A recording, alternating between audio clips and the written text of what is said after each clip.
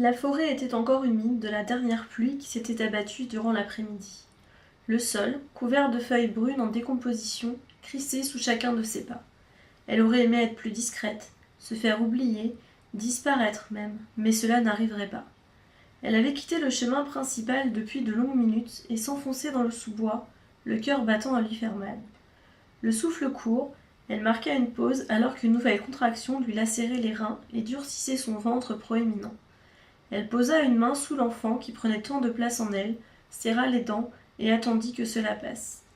Les secondes s'égrenèrent, lentes comme des minutes, l'incitant à mettre un genou à terre, à s'asseoir, s'allonger. Elle serait tellement mieux par terre. Mais elle lutta et resta debout. Elle n'était pas arrivée, pas encore. La douleur diminua. Elle rouvrit les yeux, tremblante. Il fallait tenir, encore un peu. Elle ne pouvait pas accoucher là, c'était trop près. Quelqu'un pouvait la voir. Elle se remit en route, calant sur son épaule un petit sac de voyage qu'elle avait préparé depuis plusieurs jours. Le soleil déclinait, elle risquait de passer la nuit dans le bois. Mais cela ne lui faisait pas peur. Ce lieu, elle le connaissait si bien. Elle ne craignait pas les bêtes sauvages qui y rôdaient. Et, de toute façon, il fallait en finir, d'une manière ou d'une autre. Sa démarche était de plus en plus difficile. Dans ses légers souliers vernis, elle s'enfonçait dans l'humus jusqu'aux chevilles. Mais elle n'était plus très loin du lieu qu'elle cherchait. La petite trouée, coin à champignons qu'elle connaissait bien, lui offrirait les quelques heures de retraite nécessaires pour mettre son fils au monde. Un garçon. Elle en était sûre. Elle le sentait. Le petit gesticulait comme un beau diable depuis des mois, comme s'il savait ce qui allait se passer et tentait de trouver une échappatoire. Mais le ventre maternel avait malheureusement tenu bon et, à présent, elle devait assumer ses actes. Bonjour à tous, bienvenue sur les lectures de Blandine, j'espère que vous allez bien en ce début de semaine. Nous nous retrouvons aujourd'hui pour la chronique d'une saga publiée en auto-édition chez Mots Écrits. Il s'agit du Tueur sans nom de Karine Carville que j'ai pu lire en numérique. Je vous propose de commencer tout de suite en découvrant le résumé. Des familles entières sont assassinées dans la région parisienne et les flics sont sur les dents. Aucun lien ne semble les relier les unes aux autres, si ce n'est la façon particulière dont le tueur se débarrasse des enfants. Très vite, le lieutenant Karen Ospergo soupçonne que l'enfance du psychopathe est liée à ces crimes horribles. Mais parviendra-t-elle à lire son histoire dans le sang qu'il laisse derrière lui? C'est une saga qui est composée de 4 épisodes qui font à peu près chacun entre 50 et 60 pages. Ces 4 épisodes ont été publiés durant le mois d'avril et depuis le 13 mai, l'intégralité de la saga est disponible en un seul volume. Petit bémol pour ceux qui ne lisent qu'en format papier, pour le moment, cette saga n'est disponible qu'en format numérique. Pour en revenir à l'histoire, nous suivons Karen Ospergo dans une enquête sur un tueur en série qui décime des familles entières de façon brutale et très sanglante. Malheureusement, ce tueur en série ne semble laisser aucun indice derrière lui. L'auteur nous permet d'avoir un petit peu plus d'informations que Karen Ospergo en nous permettant de découvrir l'histoire personnelle d'un personnage très mystérieux. Ce personnage est-il le tueur, un autre personnage? C'est vraiment le suspense de ce livre. Heureusement pour nous, nous découvrons à la fin l'identité de celui-ci. J'ai adoré me questionner dans chaque épisode sur l'identité du tueur. J'ai été plus forte que l'auteur puisque j'ai réussi à deviner son identité quelques pages avant l'annonce officielle. Pour moi, les personnages principaux sont au nombre de 3.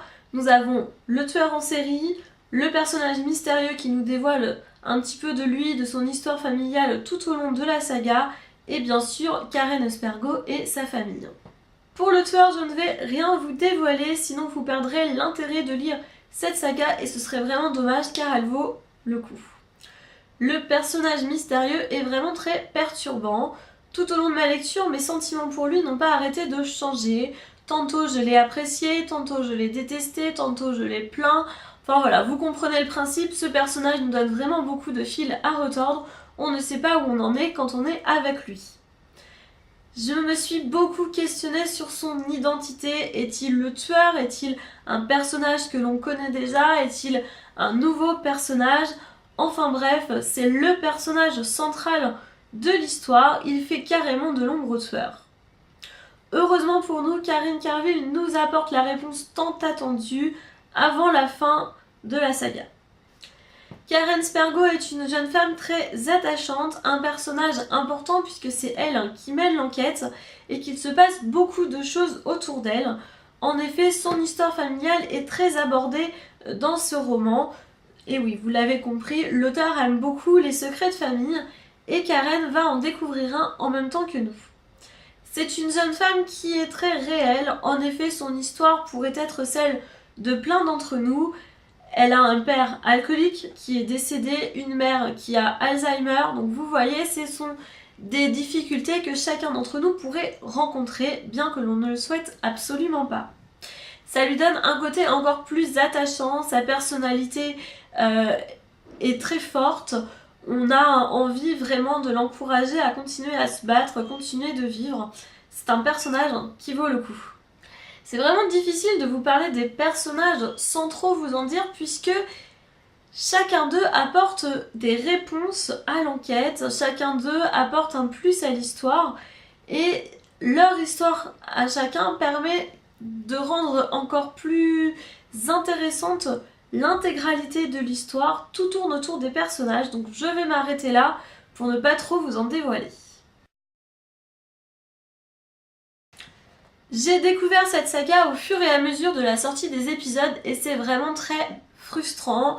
À la fin de chacun d'entre eux, je n'avais qu'une envie, c'était lire la suite pour enfin découvrir l'identité de ce tueur, l'identité de la personne mystérieuse et savoir quel était le lien avec Karen.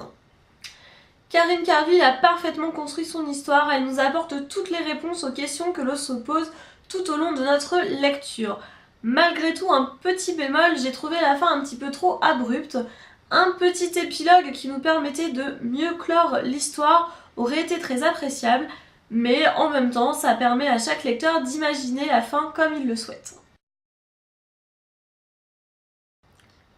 J'espère vous avoir donné envie de découvrir Le Tueur sans nom de Karine Carville, publié aux éditions Mots Écrits. Si vous l'avez lu ou lorsque ce sera fait, n'hésitez pas à me donner votre avis dans les commentaires. Vous le savez, j'aime beaucoup échanger sur mes lectures. De mon côté, je vous donne rendez-vous dès demain pour le récap de la semaine. En attendant, je vous souhaite de très belles lectures. Bye bye!